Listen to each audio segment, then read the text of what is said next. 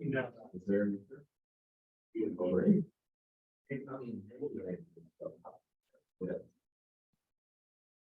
Very low. All right.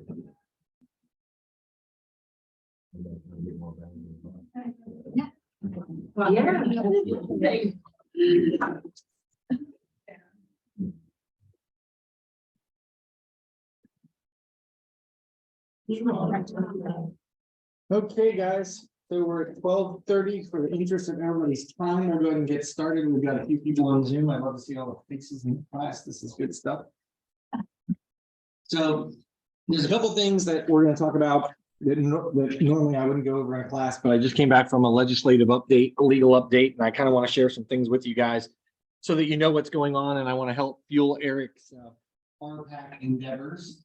So one of the things I want to share with you is, if you haven't heard, and Ohio Realtors doesn't think that this is going to pass or go anywhere, but definitely something to keep in mind, and it tells you why you should be paying attention for your clients to RPAC and just bills out there. So Senate Bill 76 is an introduction or a bill, a levy to pass a high tax volume on landlords in Ohio. So any landlord that would have over 50 properties, so that's single family, duplex, whatever, over 50 properties that they own, they would be taxed $1,500 a month per unit. And the reason that they're trying to do this, I know you laugh like it's crazy. So not only would that stifle the growth, but the problem that they're seeing, at least in parts of the state, are you have out of state or you have out of country investors that are purchasing properties and they are dilapidated, they aren't coming back on the market, or they're not taking care of them. And they're called institutional buyers basically, and they're just holding on to these properties. And so they thought, oh, well, let's try and get these properties to market. So they feel like people will stop buying, or the ones that have over 50 will go, oh, maybe I should reduce my portfolio to 49 or 50, and I'll put these on the market. Scary though, for us as real estate agents. In that classroom yesterday, I found it very interesting. There were some agents that were like, oh yeah, this is great. That'll put all kinds of things into the market. And it's like, no, not really, because if investors can't own over 50 properties in the state of Ohio, they're going to find another state to invest in. And so anyway, I share that with you to say that, you know, that's something to pay attention to, that we're going to be not supporting.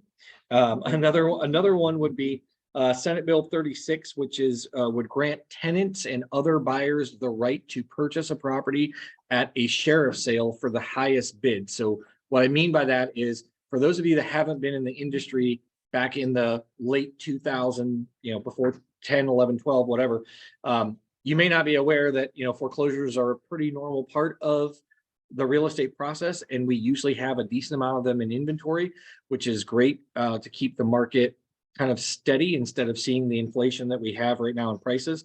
So what would happen is, let's say, for example, Jeff owns a property and I'm the tenant in the property, and Scott has a buyer for that property, and they buy the property with Scott. He's the highest bidder at $80,000, but I was the tenant that got thrown out of that property because my landlord let it get foreclosed on. They will come to me now with Scott's bid of 80,000 and say, Rich, you were the tenant. Do you want to buy this property for 80,000 to live in it again before they can sell it to Scott? And I have the option of getting financing and buying it for that high price, or whatever the price is, or not. Now, the caveat to that is that's only for non-owner occupied buyers. So if Scott is buying it, or his buyer is buying it to live in it, I do not get that opportunity as a tenant. But what they're trying to do is stop all the investors and institutional buyers from buying properties because we're in such a housing shortage. So to give you some kind of an idea, the other thing I'll share is home inspection issues. One of the things that we, just to kind of touch on, would be when you get a negative home inspection report on your property and your seller says, I don't agree with those findings, or I do agree with those findings, but I don't want to share them. And let's say that deal falls through and you have another inspector that comes in, or you have a home inspection and the seller doesn't agree with it. You have an HVAC person come in and look and say, nope, the heat exchanger is not cracked on the furnace. Well, now you have two things saying opposite, one saying each. They want us to provide both of that information So both sides of it to the new buyer or the potential buyer, client, whatever it is, disclosing both and allowing the buyer to decide whether or not they feel that one is right or one is wrong. We should not be saying, well, I'm not going to provide the first inspection because it is different than what the HVAC person says. HVAC is saying it's fine, home inspector saying it's not. We can't be that deciding factor, and neither can the seller. So just so you're aware, and how I always do with my home inspections is if a deal falls through, I always put my home inspection in dot loop. And once we have a negotiated offer, or before we have a negotiated offer, depending upon talking to my seller, I forward over the entire inspection report that I have to that new buyer's agent.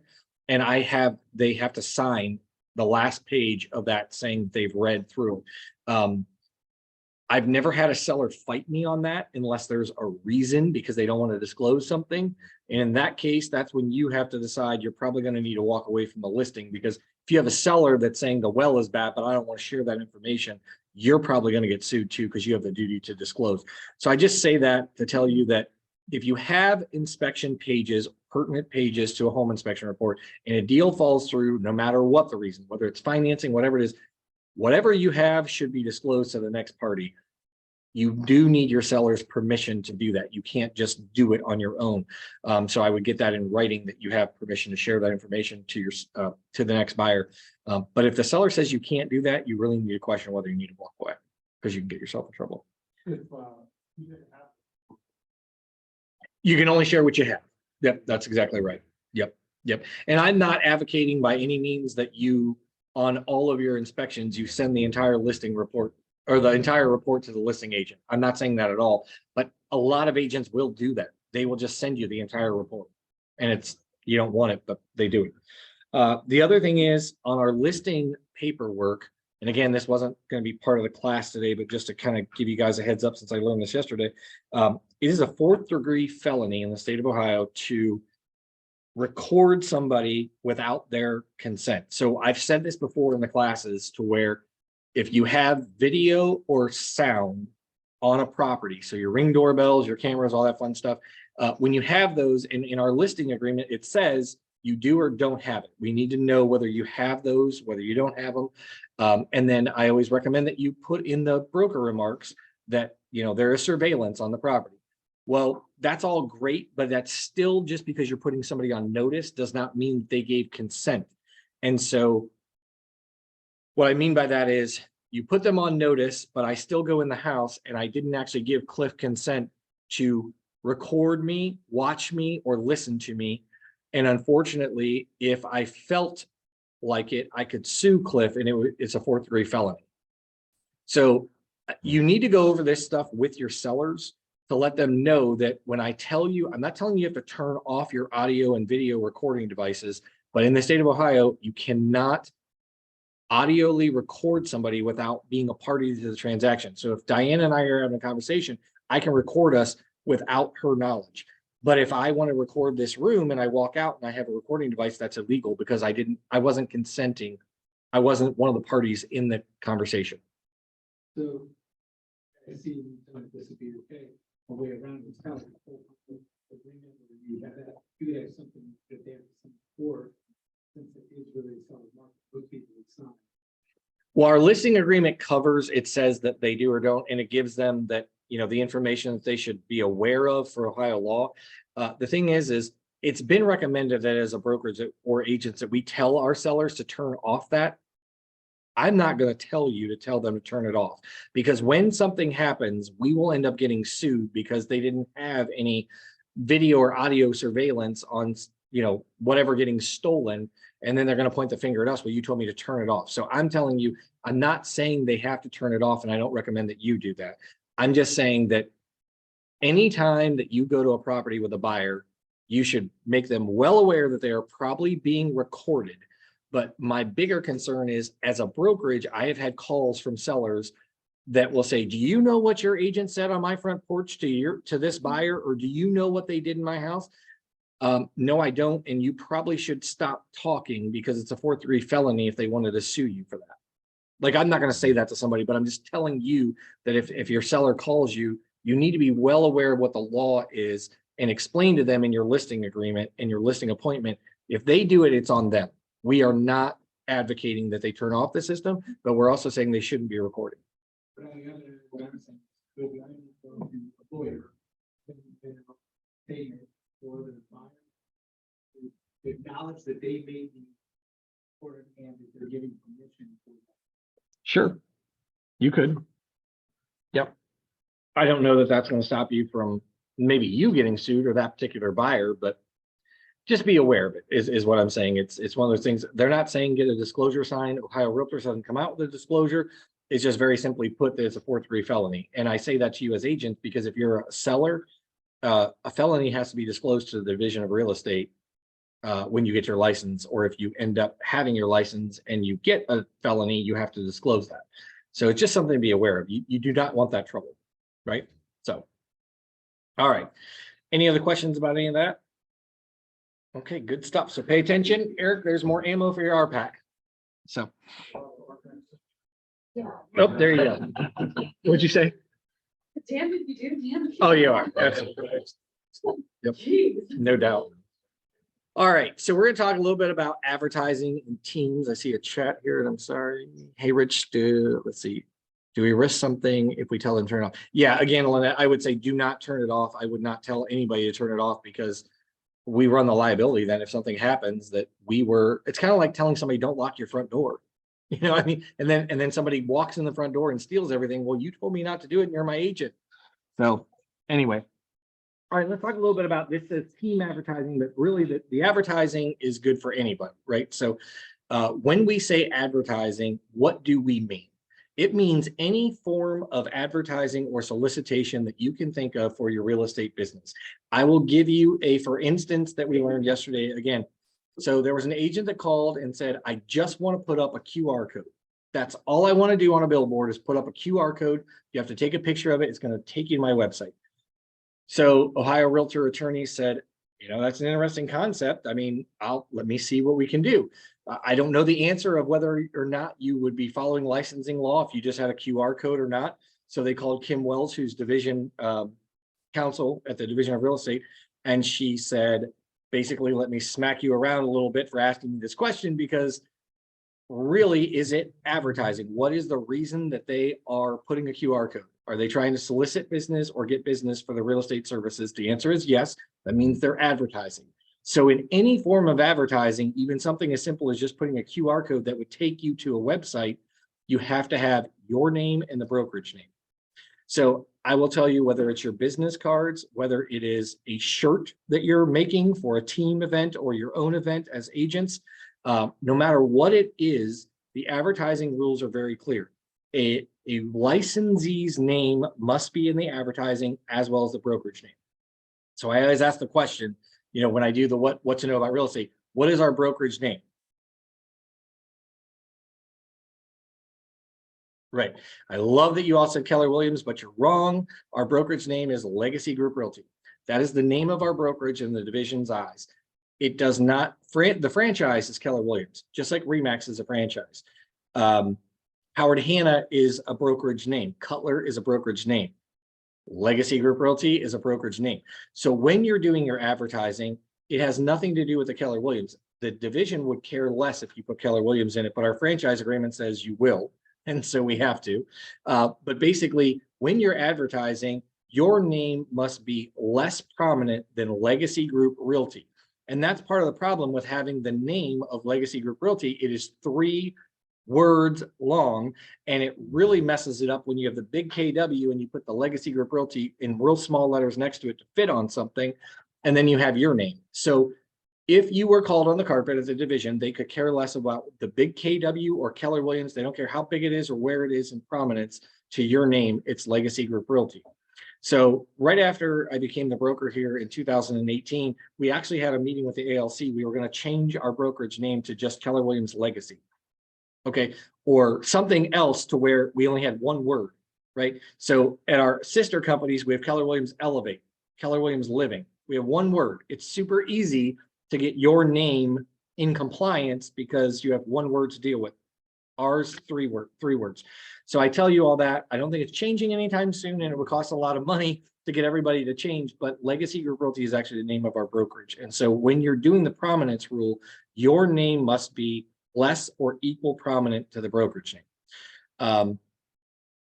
One of the things that, we learned this year too is the business cards that just have your name on it with your picture on the front of it, and you have to turn the card over to get to the brokerage name, illegal. The division will fine us for that. And I was absolutely, I'm sadly in that club. So, because I was not aware of that rule, and I guess it's been around for a long time. They didn't change it, but it's been around and they just have never enforced it until now. So if you do have those business cards, I'm telling you now, you're not compliant. You should probably get ones that are compliant. But as new agents, just know that, and existing agents, national companies are not aware of what Ohio's laws are. So when Amanda or somebody else points you in a direction to get business cards, signs, or whatever, those are national companies. They have no idea what the laws are in the state of Ohio. They don't care what the laws are. They are there to sell cards and signs and flyers or whatever. It's your responsibility to make sure that you're following the rules. Okay. You do because of the franchise agreement, but the division doesn't care about KW. They do not care whether you have KW, Keller Williams, doesn't matter. For their knowledge, if you look up your license right now on the e-license lookup, your license says you are licensed with Legacy Group Realty. That's it. It doesn't say anything about Keller Williams. And the same thing would be true if you were at Remax or BHHS or any other franchise. No, your franchise agreement, our franchise agreement prohibits that. The division doesn't care. I was just trying to make the distinction to let you know, you still have to have Keller Williams and everything because you are with Keller Williams.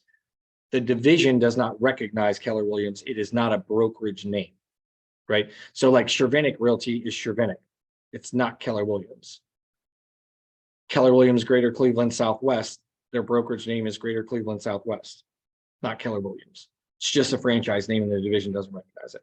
As the same, kind of segues into a division, the division of real estate does not recognize any team name of any kind. Team names, you don't have to have a team name. You can have a team name if you have a team, but you don't have to. What they do recognize is a licensee's name must be in all forms of advertising. So like, for example, Jose is compliant because he has his name in it, Jose Medina and Associates. The Associates, by the way, is grandfathered in. You can no longer use Associates. You must use group or team in any group or team name that has been formed after July of 2021. Okay, so you will see that there are people that have realty in their name, in their team name, and associates. Those have been grandfathered in because they were here before July of 21. After that, you have to have group or team. So it's kind of contradicting, right? Because the division doesn't recognize a team name, but they tell you if you have a team name, you have to have team or group. Okay, so to go back to what I was saying about Jose's being compliant is because he has Jose Medina and Associates in his name. So that means that his legal name that he advertises in as an agent under his license is in his name for the team. But perhaps if I just had Cosgrove Real Estate Team, well, guess what? I'm not compliant anymore because that's a team name. I can have that name, but I would also have to have somewhere on my advertising Rich Cosgrove because that's the licensee's name. The licensee is the one that has to be in the advertising. So if you're forming a team or if you're on a team, there's nothing wrong with having a real estate sign that has Cosgrove Real Estate Team on it, as long as you have a slide in of a writer that says Rich Cosgrove or Scott Kelly or Diana Porterfield, whoever it would be. So just know that in all forms of advertising, you have to have your name or a licensee's name that is licensed. I can picture right now, there is a huge agent when you drive up Route 8 on the left-hand side, right when you get to the Akron University, there's a huge sign that has that team name as the .com, but his name is nowhere on that billboard, right? The division doesn't know that. They're in Columbus. They're probably not going to care unless somebody turns them in. If they turn him in, that can be up to a $500 fine per occurrence, but they can actually go up to $5,000 if they feel that it's being habitually abused. So for every sign, if I got in trouble, for every sign I had in the yard, that could be a $500 fine. So it's definitely the same thing with business cards. It could be a $500 fine.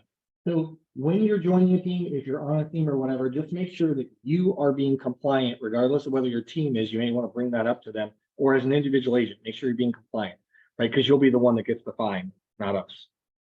So, any questions about that? Okay. Let's see. The team name also, again, even though they do not recognize a team name, your team name cannot be more predominant than the brokerage name. So again, they don't recognize them, but they have rules around them. So it's a little bit contradictory. Okay. And then if you have the name of an unlicensed team member, so let's say, for example, I take a picture of all of my team and I happen to want to have Cliff in this picture, and I want to have maybe Kate in this picture, and maybe I want to have Sam from the title company in this picture, and I want to have my unlicensed assistant in this picture, right? Well, 3 of the people I just mentioned are not licensed, or 4 of the people I just mentioned are not licensed real estate agents. So if I'm going to list their names in this picture, I also have to put on there that they're unlicensed or unlicensed assistants. So if you're putting a picture of your whole team out there, you need to make sure that the picture is fine. But if you're listing their names, whoever is unlicensed real estate agent, you must let the public know that. Okay.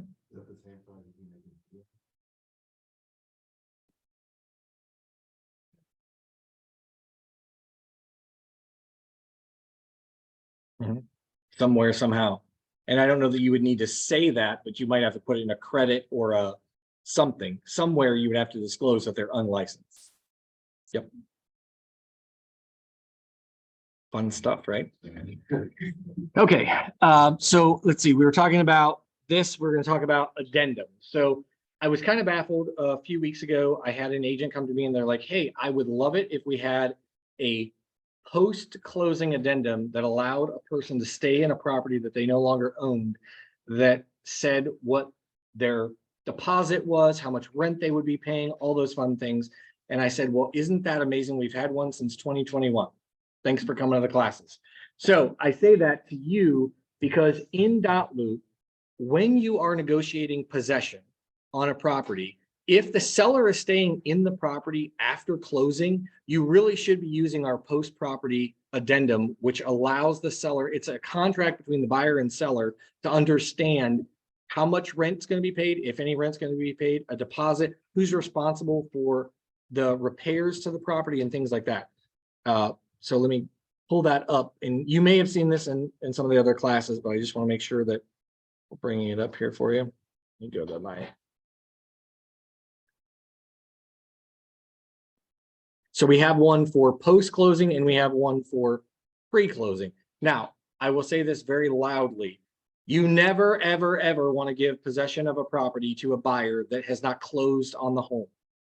It happens, but you don't want to, and you really want to stay away from that as much as humanly possible, simply because guaranteed the hot water tank is going to go out, the air conditioning is going to stop, the roof is going to leak, something is going to happen, and the buyer is going to say, I don't want to buy this house anymore. Or if I do, I want the seller to pay for all these things that are wrong. So again, it doesn't happen often, but you're going to find you're going to get into a situation in real estate where the buyer is like moving from out of state. Oh, well, we have no place to live. We need to be in our property within 2 days. We have dogs, our kids are starting school, whatever the case would be. You do not want to allow them into the property before they actually own it. Is that called like pre-occupancy or I've heard of that? Yeah, so actually I'm going to go to miscellaneous and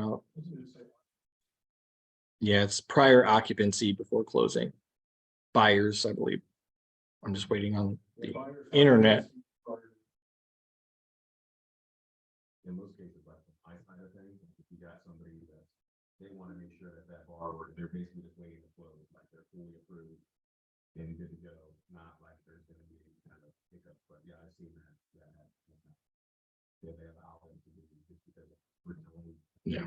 Sorry, I was waiting on the internet to catch up here. But yeah, so buyer's occupancy prior to title transfer. So this would be if you do have to do it, and there are some rare circumstances where it has happened. It doesn't happen often, and you should really never let it happen, but it can. It's happened in my career, and sometimes the deal will fall apart if you can't accommodate that. So if you are having a buyer take possession of a home that they don't own, you should be using this buyer's occupancy prior to title transfer. And it just goes over basically the biggest thing is if this is going to exceed 7 days, really the buyer and seller should be consulting with legal counsel and having a lease written up, because that's exactly what you have. You have a tenant and landlord situation, regardless of whether there's something in writing or not. Somebody is occupying a property they don't own. So tenant landlord automatically applies. So I will say, so there's that one, and this would cover basically how many days notice, excuse me, that the buyer would give before they would vacate the property. Because what happens if a deal falls apart, right? And that's happened too. We've given possession of a property to a buyer and then the deal falls apart. And now the seller has to worry about getting them out of there. Well, they don't have a place to live and their financing fell through. So where are they going to move to when they can't buy a house? They have 2 dogs and 3 kids, right? So it can become a problem. And that's why I bring it up to you to say, these addendums are here and they're very necessary to protect your consumer and your buyer if you're on the buy side and yourself. And then it just says that the seller would get a security deposit and how much per day or per month for the rental. All right, so the other one would be, instead of buyer's occupancy prior to title transfer, the other one would be the seller where they're retaining possession of the property. So seller occupancy after title transfer. And these are both in miscellaneous forms in .loop.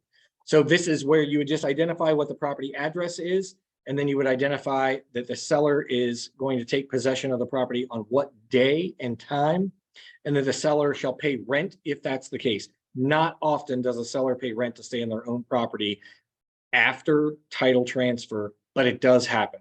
And I will say this, as we're talking about possession and different things, if you do have a spot where the seller and the buyer have agreed to have possession of the property before or after closing, we just ran into this situation where the seller had negotiated the buyer to pay at the time or after closing, I think it was $50 per day, something like that. Well, the seller never paid the buyer. They just moved out of the property and never brought a document to cashier's check or anything to closing. And the buyer just assumed that they would get the check when the seller moved, because the seller said, I need up to 30 days. I don't know how much I need. And the buyer and the buyer's agent just said, okay, no problem. Just pay us for the time that you're there. Guess who never got paid, and guess who's mad at who, right? The agent, right? So the agent got paid on the commission, but the seller or the buyer never got paid on the possession time. And now they're mad at both of the agents. And I can certainly understand why, because in my opinion, it wasn't handled properly. It was kind of done on a handshake. What should have happened is, in my opinion, one of two things. Either the buyer and the seller had an agreement that they spoke outside of the real estate transaction and took care of a cashier's check, or the seller would have given a cashier's check, or the title company would have held the money in escrow and then gave any money back after, if they vacated early, for example. So if it was $1,000, let's just say for the month, the seller should have paid all $1,000 at the closing table via cashier's check or being held by the title company. And then if they didn't take all 30 days, they could have given the money back. That wasn't what happened. Cerise?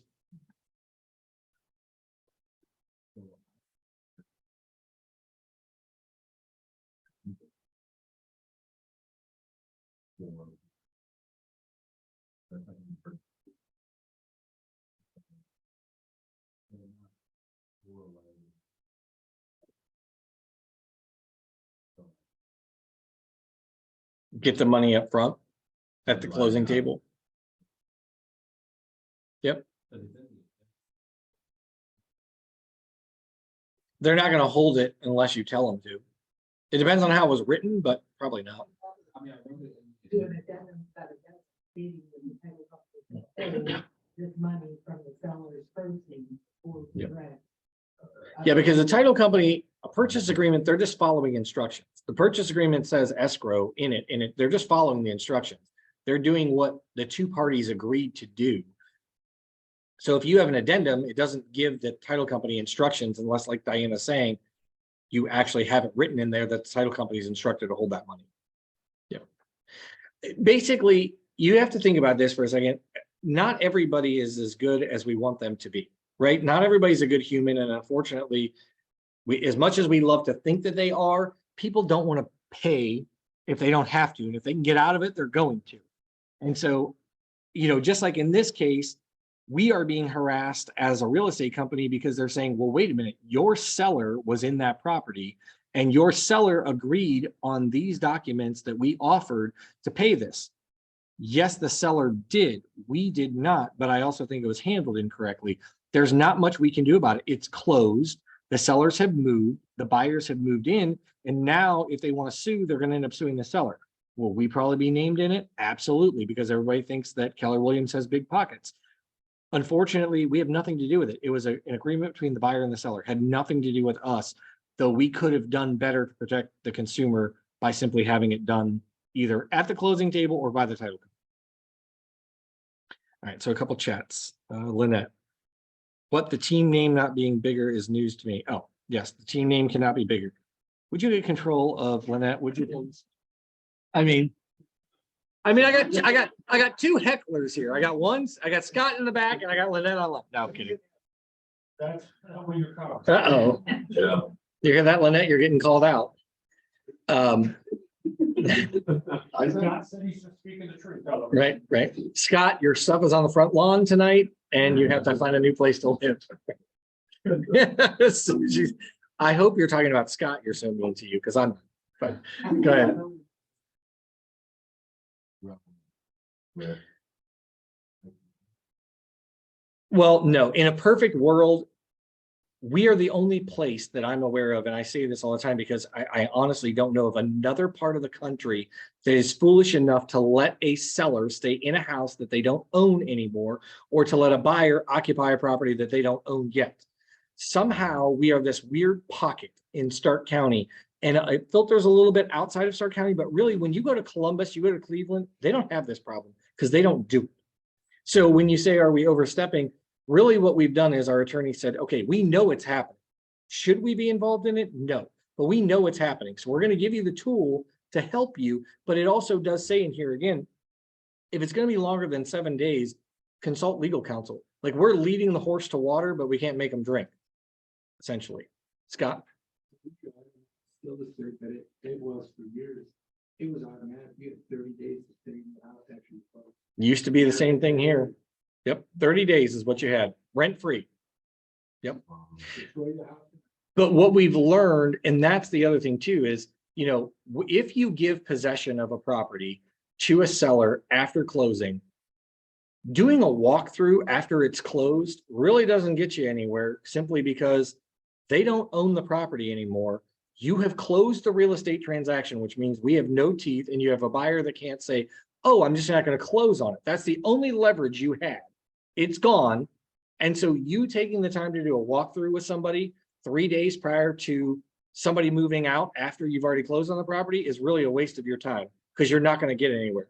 Even if something is completely destroyed, again, it's a landlord-tenant situation. So I would tell you, in your best interest, it is really best for you to make sure if a seller can get out of a house at the time of closing, get out. If a buyer can get in at the time of closing, get in, right? So the possession thing, I think the reason that we originally did it is because so many of us have to sell before we can buy, right? And if a deal falls apart, I can't tell you how many times, you know, that I've had a seller in my career where we get halfway through the transaction on the property they're buying, and the property they're selling falls through, and it's like, whew, thank God they didn't move, because they can't afford the new house without selling the old house, and they would be homeless, right? If we had closed on the first, or if we hadn't closed on the first one. So it's like, I can see why it was done, but from a legality standpoint, it's very foolish, and we don't want to do it. So if you can get away from it, get away from it. Any other questions on that? Just a question for the sell before you can buy. Mm-hmm. Shouldn't the word you say find on the home of their choice, then you can work close? Because if you find it and it falls through, are you still obligated to sell because the house fell through because of the word? Well, let's go to the other addendum that we have, which is the replacement property addendum, which would spell that out. And that's a perfect segue into this. If you are in this situation, this was designed just for that specific purpose. And I would tell you that in order to use this, basically what the replacement property addendum is it's kind of like a reverse contingency, if you will.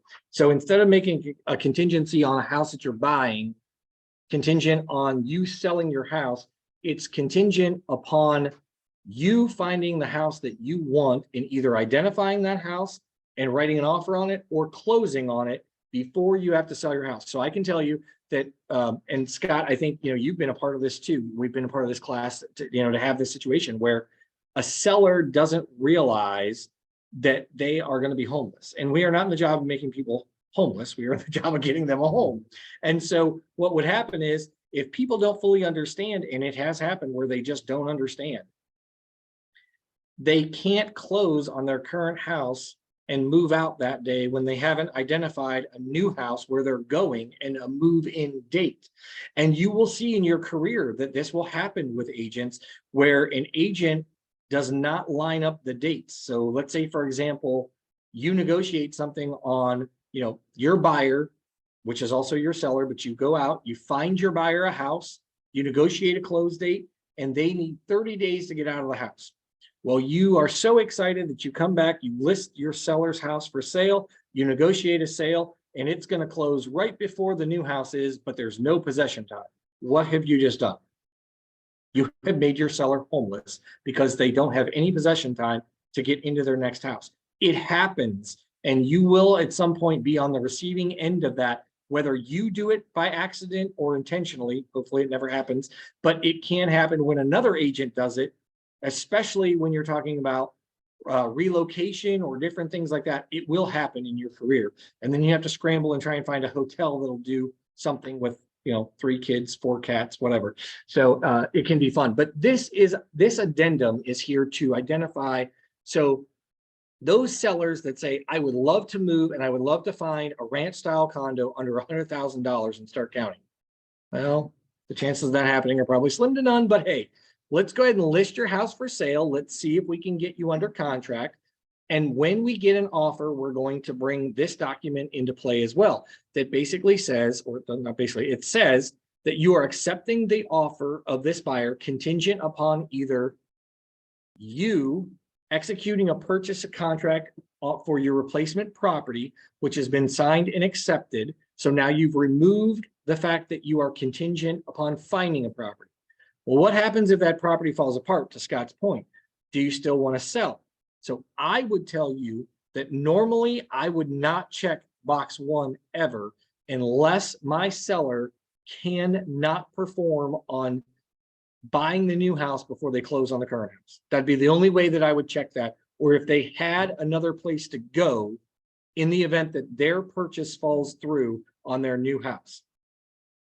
What I would check is this box that says the closing of the replacement property as defined on the real estate purchase agreement, because that means that they have closed on the new house, they own it, and they can move into it before they give up their current house. So for those sellers that say, I'm willing to list my house, but I don't want to sell it if I can't find a place to go, you have this tool in your arsenal to say, let's list your house, let's see what we get. You'd be surprised at how many people would be like, oh, wait, I can get $20,000 more than I thought I could get. Oh, I'll move. I'll go move in with family for a while, or I'll go do whatever, or maybe I'm going to rent for a while. You'd be amazed. So don't let this market, because there's low inventory, stop you from listing a property, because you're not going to make the seller homeless if you use this document correctly. And Rich knows that we went through a really bad situation where we did end up, and we thought whatever reports came back, we'd be able to work through, but inevitably you might end up with among the worst reports ever, and you can't move forward. Yep. And that's what happened to us, and put us in a legal bind, and we want to sue for not protecting them. We really want to make sure people understand this. If you understand it, stuff at all, you were waiting for an appraisal to come back. We've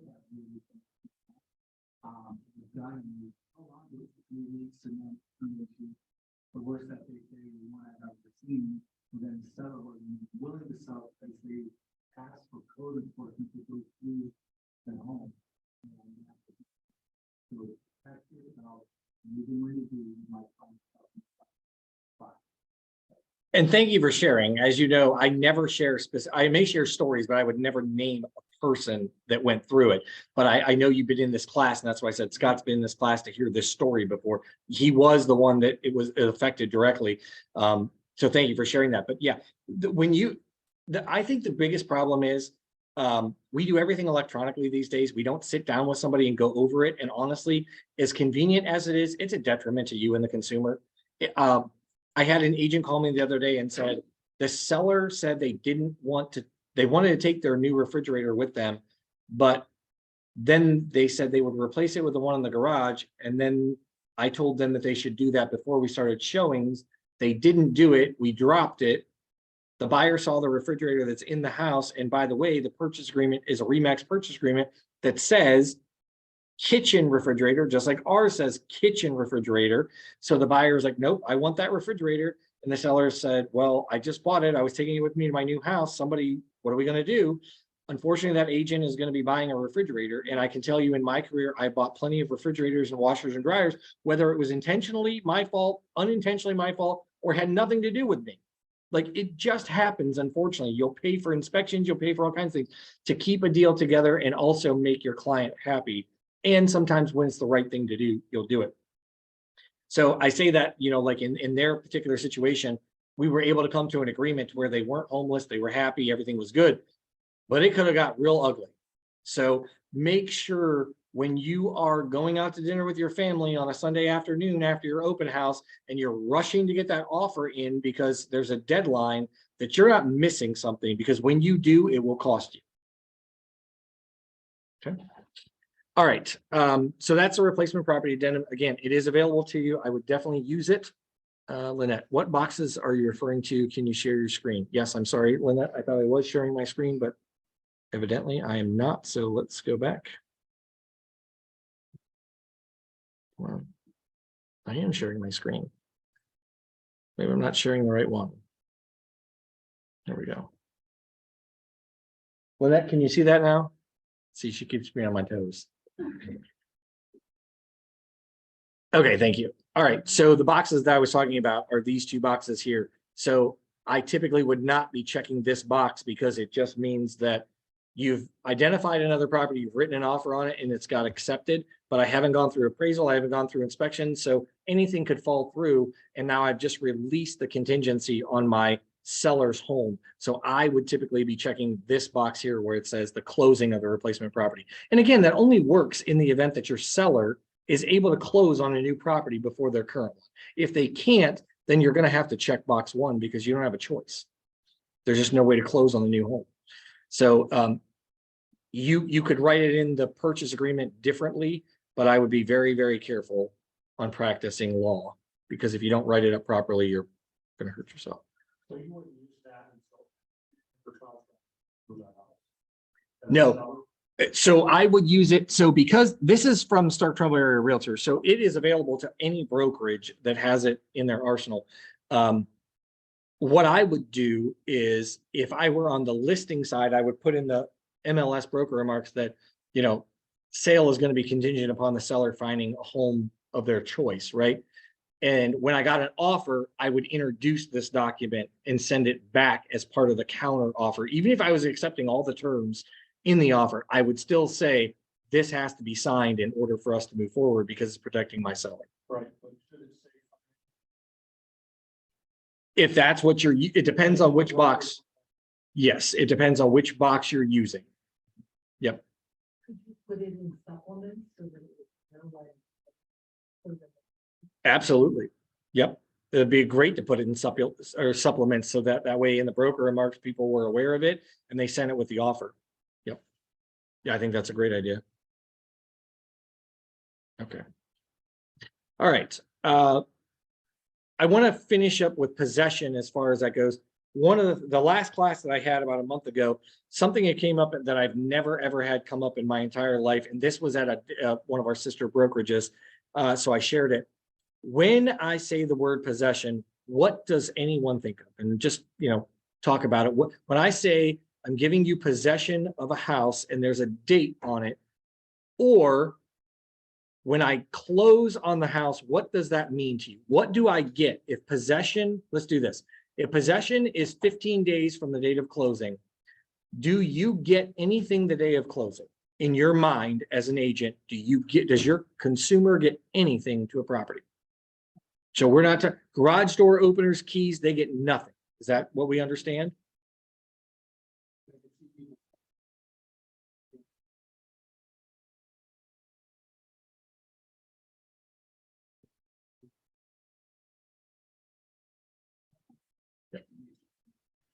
Like, and the garage door is in the, or the garage door opener is like checked in the Contract. things that are. But so is the stove. Just because I own it doesn't mean I'm going to get the stove at the time of closing, right? But the keys are nowhere in there. And that's what I'm going to say is we had a closing up at the living office where a buyer said, I want the keys to my house. And they said, well, you don't get possession for another 20 days or whatever it was. And they said, I don't care. I don't want possession. I want keys to my house. If it floods or catches on fire, I'm now the landlord, basically. I want keys to my house. Well, we argued and wouldn't give them the keys at first. And at some point, we basically said, give them a key. Like, if they want a key, they can't go into the property, they can't occupy the property. But when you think about it, if I'm a landlord, do I not have keys to all of my properties? And do I make sure that I have a key in the case of emergency and tell my tenants you can't change the locks? I do. So that was a new one that I will say to you that you may want to cover with your consumers to say, if you are giving delayed possession, you don't get keys, you don't get garage door openers, you don't get anything. The deed gets put in your name, and that's as far as it goes. That's what you get. If you want keys prior to, we need to negotiate that in the purchase agreement that says you will get a key to the property at the time of closing, right? 20 years, that's never happened to me, ever. Well, if it caught on fire during that possession time, then it would be the seller's responsibility because the seller's homeowner's insurance is still. No, it isn't. No, it isn't. No. The buyer's homeowner's insurance is now active on the property. From the moment they close on it, the seller is now a tenant in their own property. So they really need to have renter's insurance. It does. Yeah, it does cover it. But that's the question. It's even kind of scary. Believe it or not, fires and demolitions to properties have happened before things have been recorded, but after everybody has signed. Like, what are the chances in that small window that's going to happen? It has to be litigated then, because who was the actual owner and whose insurance would cover it? I've signed everything. I had no knowledge of it catching on fire. My insurance was going to be canceled that day. The buyer's insurance was starting that day. You have two insurance companies on the same house, two potential mortgages of interest on the same property, and who covers it? They do now. So as of COVID, they basically said, once everybody signs, we consider it closed. You are closed. We no longer. So I will tell you, and that's a great segue, Diana, into the next thing is our purchase agreement says closing is what identifies, and closing is the date of recording. Well, during COVID, things weren't recording for weeks because the counties were backed up. And so our contract, to be honest, is a little bit outdated, and we haven't updated it yet because we probably will be going to the purchase agreement that the state has, even though it's forever long.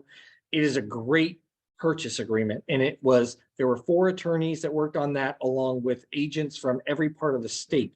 But right now ours identifies closing as the time of recording. Well, during COVID, you actually didn't have your property. The deed wasn't recorded for, it could be weeks. So really your property wasn't even yours. You didn't own it. You signed all the paperwork, but you didn't own the property. You might even make a payment on the mortgage, but you still didn't own the property, right? So the new updated way that they're doing it is closing is considered when the file has funded. So it doesn't matter whether it's recorded at the courthouse or not. The title company says, we've received all the money, everybody is signed, we're dispersing. That's considered closing. And you will see if you go to your closings, which I really recommend that you go to your closings. And if you can't go, make sure you look over the closing documents prior to, you'll see that document from the title company. Yeah. I would say something that's really much for us is we send an email, so when it goes under contract weeks,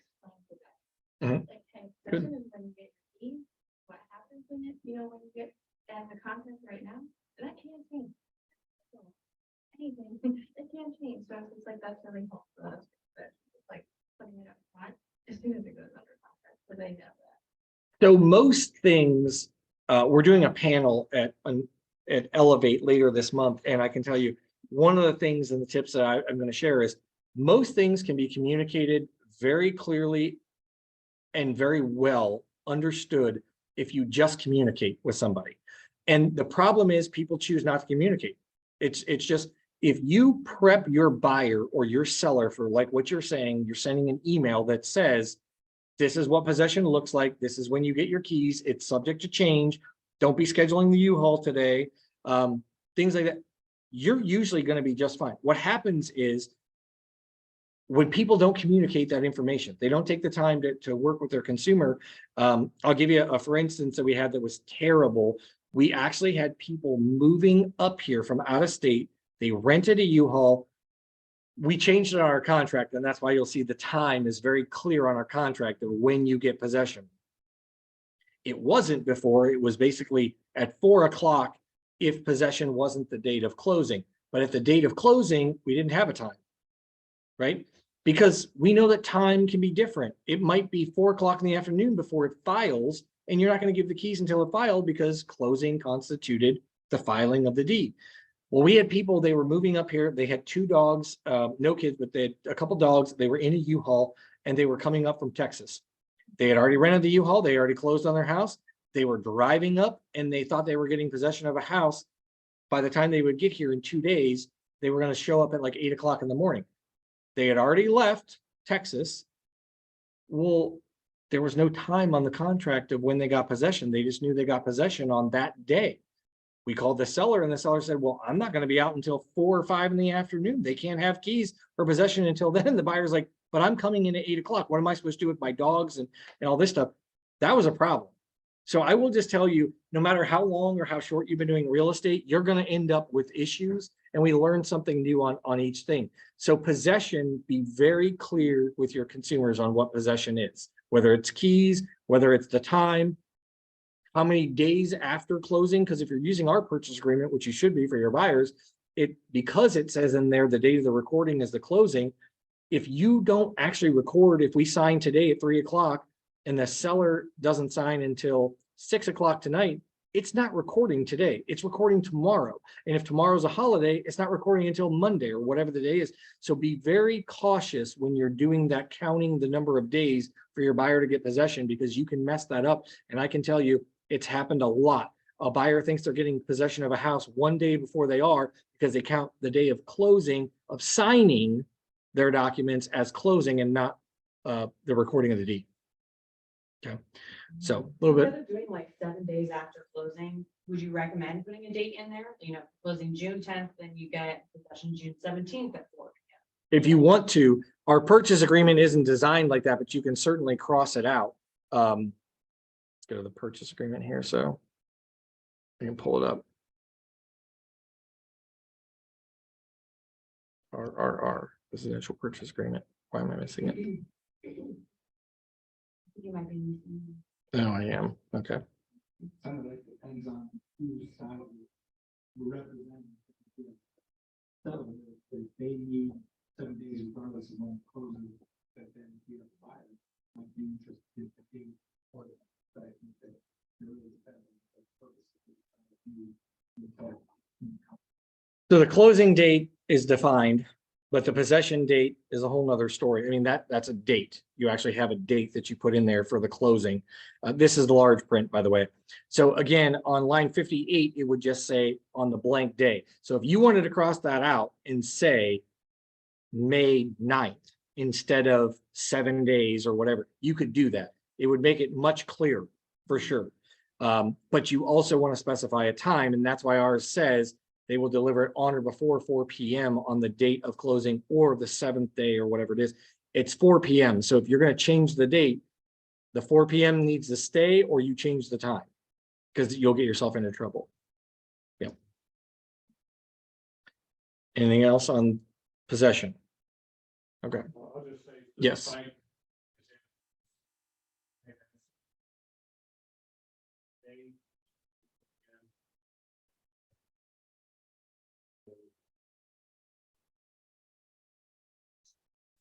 I think I told you about it. And, super nice about it, apologize, he just had a issue, so he wasn't out there. Mhm.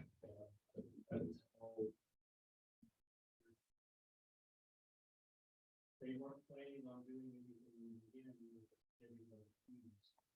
So it does happen. It worked out in that situation. We've had plenty of times where 4 o'clock, the buyers are in the driveway waiting to get in the house and it can't happen. And I'll tell you, and I'll come back to your question in a second. I will tell you in those situations, the reason that we say we can't do anything is because the police are here for criminal matters. A lawsuit is going to be a civil matter. You have tenant landlord rights, again, when property is being owned by one person and occupied by a different. So in those situations, you can call the police, but the police are going to tell you it's a civil matter and you're going to have to go to court over it. So anytime that a buyer or a seller outstays their welcome in a property, there's not much that can be done with the exception of a court order, which means you're going to have to file for eviction, which is going to take you a little bit, depending upon the municipality you're in. They'll probably be out before you ever get a court date. So, That happened to oh, me. yeah. I bought a property and bought it off of the gentleman, and we go to open up the house because it was our time, and he's like, I'm not leaving. What do you mean you're not leaving? I don't have any place to go, so I'm not leaving. Mhm. So I called the police because that's never happened to me. He's like, there's nothing we can do. So I had to evict the gentleman that I purchased the house off of, and it took me 10 weeks to get it out. Yes. And your cost. And my cost. That's right. Yeah. Yeah. Yeah. So it can't happen. And that's the other thing too, is when you're talking to your buyer about letting a seller stay in a property, don't just assume that they're going to be okay with it. If you don't explain to them that if they don't get out, you're going to be paying for it as the buyer, they're probably not going to be very happy with you when you explain to them that they have to take this person to court and evict them and they wouldn't know. We take for granted that we do this every day. We think that everybody knows everything that we know and they don't. You need to treat your consumer like it's their first day in kindergarten, because it is. They don't know what they don't know, and you didn't know what you didn't know when you started, right? And we just take for granted that everybody knows what's going on and they don't. So since we're going on addendums still, one of the things I want to be very clear about is the agency disclosure form. I know that other brokerages, and this has not always been taught in our career, I can tell you, until I became a broker, I didn't even know that this was a rule or a law. Diana, I hope you would say the same thing until you were at a certain company you didn't know, maybe before you at your last company, but like Diana and I were at Realty One together for years. I had no idea that you were supposed to get this agency disclosure signed, presented to the seller and signed before you present an offer. I had no idea. Yeah. Yeah. Yep. So, I mean, there are a lot of things out there that we just, that are law, and you can't be ignorant to the law. And unfortunately, it's not a defense, sadly, good in other things, but sadly for us, it's not a good defense. And in this particular instance, I can tell you that what we're really running into anymore is agents don't believe whether or not their offer was seen by the seller. And I'm telling you, the easiest way that you can protect yourself by following licensing law and keeping a good reputation amongst other agents is simply present the agency disclosure form as you're required to do and request a signature on it from your seller before you present an offer. I don't care if you have 27 offers, the law does not say, oh, if you have more than 10 offers, you don't have to do this. It says you must present it to the seller for their signature. Now, it doesn't say that the seller must sign it. If the seller refuses to sign them, sadly, you can put on there refuse to sign and keep it for your records. That shouldn't happen often, because if you tell a seller they're required to sign this as part of the review process of the offer, they will typically sign it. But let's say you have 10 offers. You need all 10 of these signed, and then I, as a courtesy, will send it back to the other agent with a note that says your offer was reviewed and rejected or not accepted by the seller. That is the best thing you can do to save face in this industry, because I can tell you right now, I've gotten a call 3 times since Memorial Day from an agent outside of our company that is looking for an agent from our company to send them this document to make sure that their offer was presented. There's nothing in the licensing law that says you have to do that. There's nothing anywhere that says that you have to send it back, but as a courtesy, it protects you. And if it just gets sent back, there's not much that can be said. Now, there is a ethics law, or it's not a law, it's ethics from NAR that says that if you are asked as the listing agent on whether or not the offer was submitted and reviewed by the seller, you as the agent must reply and let them know that the offer was reviewed. The seller doesn't have to reply. The seller, they're nowhere in the license or nowhere in the ethics does it say that the seller has to put something in writing, an email, a text message, a voicemail, nothing that comes from the seller. It's from the listing agent, right? So if you are asked whether an offer was presented or not, you should be able to email the agent back or text them and say, yes, your offer was presented at this date and time.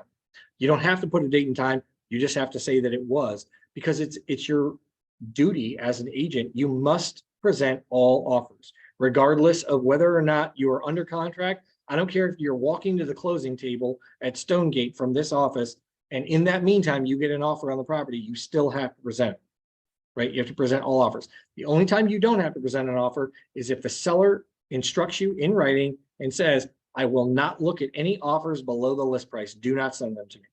Well, then you don't have to present any of those offers because you have it in writing from your seller that they won't. If you get something from your seller that says, I won't review any offer that's $10,000 less than the list price. Fine, you have written instruction. That's a lawful instruction. You don't have to present those offers. But if you don't have it in writing, you have to present all offers. Okay. So I'm glad that nobody was like, oh, this is the first time I'm hearing this about the agency disclosure form, because it really is something that will protect you, and you need to follow it because it's licensed law. The other thing I will tell you is very early in my career, I'm sorry, the internet's going very slow for some reason. We were always told that you had to get the consumer guide to agency signed and present that to your consumer. And as agents, it was very difficult to do. You were like, they don't know me. I don't really want to give them this document because they don't want to sign it and they think I'm holding them to something. Honest to goodness, the more that you do it, the more it's so easy. Clients will sign this all the time. And the easiest thing to do is understand is before you go into a property, if you are going to talk about financing or agency of any kind with them, this document needs to be signed before that. You can send it via dot loop. They could sign it before you ever get to a property. There needs to be one sign per client. If you have a married couple, at least one of those people need to sign it. You don't have to get both of their signatures on it. But what I do is I do front and back copies. So I take 2 copies with me, because not only do you have to present it to the client to get it signed when you're going on a showing, but you must give them a copy of what they just signed. So that's the other part of it. If you don't give them a copy, you're also breaking agency and license law. So I just go in and I just say, this is who I am. I need you to sign this. This explains how agency works in the state of Ohio at our brokerage. Each brokerage can be different. We do practice dual agency. Sometimes I work for buyers. Sometimes I work for sellers. This doesn't hold you to me. It doesn't hold you to the house. It just explains how agency works. And you will, if you do transact with us, you'll have an additional fee of $225 additional commission at closing. If they refuse to sign it, that's absolutely okay. You write on there, refuse to sign. You put the address of the house that you're in, any information you can fill out on there so that the date and time is available, so that you keep this for your records. You need to keep it for 3 years, whether they sign it or they don't sign it, and you never see them again in your life, or if you never write an offer on anything. If you are audited by the division, they will want this in your file. It has happened in my career where I was not looked at, but another company was looked at, and another agent, and they said, well, Rich, you were named as an agent that they also looked at a house with. We need to see that consumer guide. And thank God I was able to provide it, because if I wasn't, I would be in trouble. And the fines for that can be up to a 30-day suspension is what the division's been doing. And they've also been fining up to $1,500 and doing continuing education. Now they can do a multitude of things, but that's what we've been seeing happen on a regular basis of what they've actually been fining people and taking away your license. So I cannot imagine going to my client saying, well, I'm sorry, my license was suspended for 30 days. So let me give you to another agent. I can't practice real estate. That would kill your business, and especially any of those consumers you're working with. So make sure you get that signed. Yep, got something in the chat here. Consumer guide. I tell buyers that this form is the industry and it's asked to present, trying to help the public understand representation better. We read the last bullet. Yep, that's perfect. Yep, read the paragraph. It is giving them a copy. You can send it through .loop. You can send it through, but the thing is you would have to send it through .loop before you actually meet with the consumer, because you can't go to a showing not having this signed or getting it signed at that time. Yeah. So you can, what I'm saying is you couldn't have it signed in .loop after the show, right? So I couldn't go show a property, not provide it, and then come back to the office and go, hey, will you sign this via .loop? That would not be acceptable. Yeah. So I realize that's probably elementary, those last two things, but I wanted to give them again, just because as an agent, it is your duty, and you will find yourself getting yourself in trouble or the brokerage in trouble if you don't get those signed. Okay. All right. So the class could be up to an hour and a half. You guys didn't ask a lot of questions. We're about 5 minutes over. Unless there's anything else, I'm going to let you go. Okay, thanks. Have a good day. Yep.